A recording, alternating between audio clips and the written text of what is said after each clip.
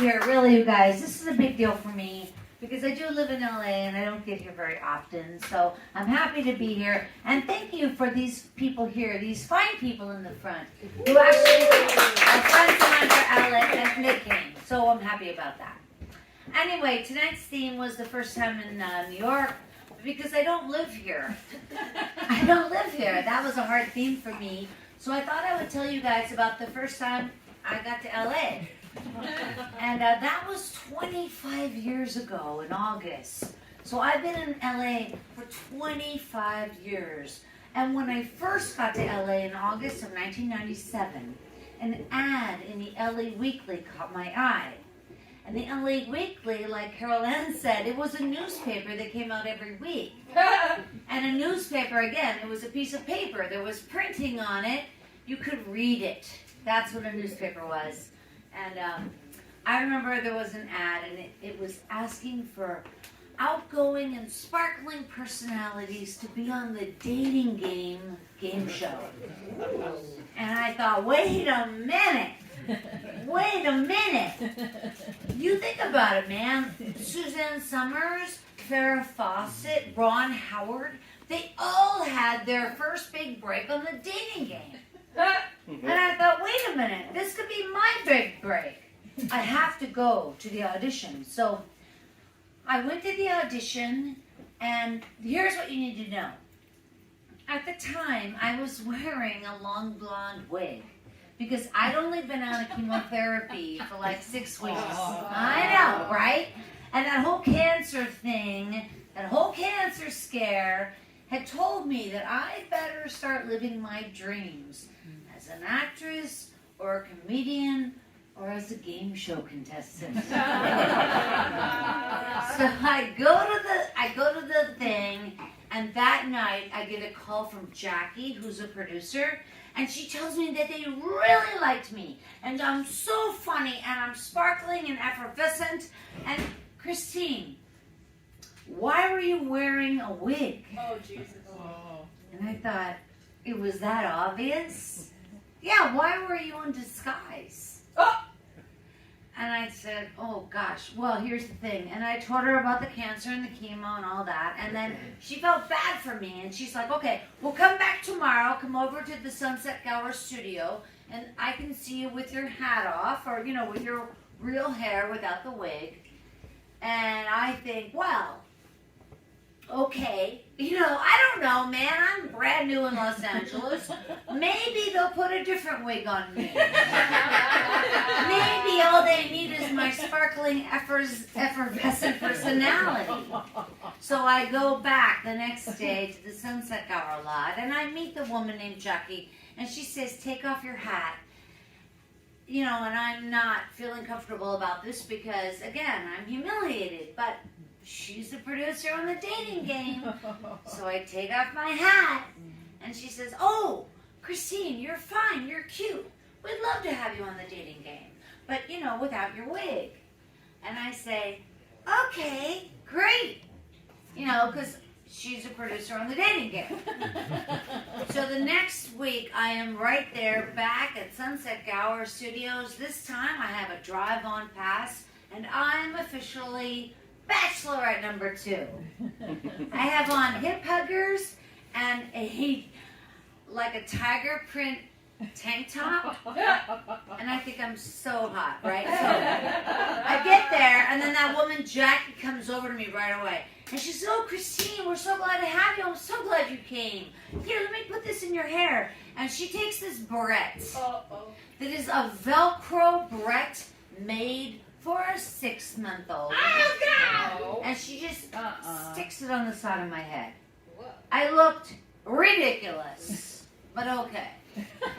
So now I'm there with the other 2 contestants, and I meet them backstage. And Bachelor number 1, she was so nice to me, and right away she told me she was a lesbian, and she told me she loved my haircut.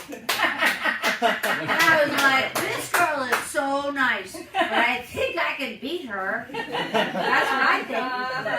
And then I meet Bachelor number 3. And this girl is smoking, man. She has this long, dark mahogany hair, and she's wearing a blue jacket and skirt set made of feathers. Wow. Yeah, feathers. I would have picked her in a minute. We're backstage all day long because we were the 5th show to tape. And at one point, I saw Chuck Woolery, the host. He was in the hallway, and it was my first celebrity sighting. And I said, Chuck, hey, Chuck! I love all your shows! And he wasn't looking at me or anybody else. He looked straight to the ground, and he said, God damn it, we're late again. So finally, after seriously 8 hours, it's finally time for our show to start. So they put me and the other 2 bachelorettes up on these stools. And then there's this big divider, so we can't see the bachelor, if you guys remember. We can't see the bachelor. He can't see us. And this is going to work to my advantage. No doubt about it. So the game starts. The audience, which was made of like, you know, people from a halfway house that were like totally strung out on candy. They were over it. But guess what? I am on. Oh yeah, man, I am funny. And he says, Bachelorette number 2, we're on a date and you're a cat. How do you sound? And I'm in there in my tiger print tank top, and I said, Rawr! And I was on, and everybody's clapping. And by the time there was a break, I knew I'd won. I knew it. And everybody knew it because Bachelorette number 3 and Bachelorette number 1 both looked at me and they said, oh, you so won. And I said, yeah, I know. And sure enough, we come back from the break and say, get ready, because you guys are going to hear the answer. Let's hear from the Bachelor. Who do you choose? And he says, Bachelor number 2. Yeah. I knew that. Yeah, of course. And the other 2 girls go out ahead of me, and then they say, get ready, because here comes the Bachelor, Jeff. He's a sports fanatic who is a lawyer and lives in Redondo Beach, and he loves sports. Yes, you mentioned that. Come on out, Bachelor number 2. And I turn the corner, and I see the guy, and he is like fucking smoking hot.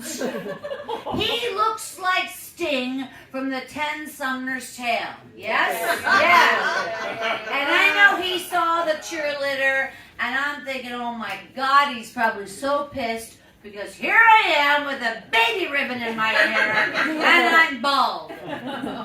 But he takes my hand and he gives me a hug, and then Chuck Woolery says, get ready, Jeff and Christine, because you're going to Tucson, Arizona. And now I'm pissed because first I got cancer. I know I got to go to Tucson. But the next thing you know, the lights go out, the band is gone, Chuck Woolery is sprinting to his car, and there I am with this guy, Chuck. And they make us sign a few things, and then they kicked us out onto the corner, Sunset Gower, like what in the world? And then he says to me, hey, there's a Denny's right there. Do you want to go to Denny's? And I'm like, yeah, I'll go to Denny's. So I go over to Denny's, and it turns out he's really nice. And he's so good to me, so kind. And he is a lawyer, and he does live at the beach. And he doesn't even seem like he notices that I'm bald. And then he says, hey, you want to go over to my place in Redondo Beach? You want to come down to Redondo? I'm like, I don't know where that is. But I take my Toyota Celica and I follow his yellow Jeep all the way down to the beach. And I get there and we park and we go into his place. He is right over the ocean. And we have red wine. And I haven't been with anybody in a long, long time. And we start making out. And at one point he runs his hand over my scalp. And he says, wait, I need to tell you something. I'm like, what? And he says, well, it's about my relationship. And I said, oh, that's okay. No.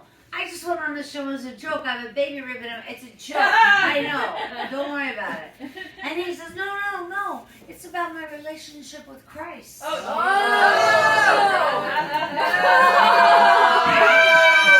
Can I get another glass of wine? Did you bring the bottle? Anyway, in the morning, I woke up. I was in his bed. He was not with me. And I tiptoed out to the living room. And there he was, curled up in a recliner with a Bible in his lap. And I thought, I don't think this is the guy for me. I really don't think this is going to work out. But I swear to God, you guys check this out. I've lived in LA now for 25 years, and Jeff and I are still very good friends. I shit you not, and I swear to God, in some way, I did get my first big break in LA with a really great friend. Thank you.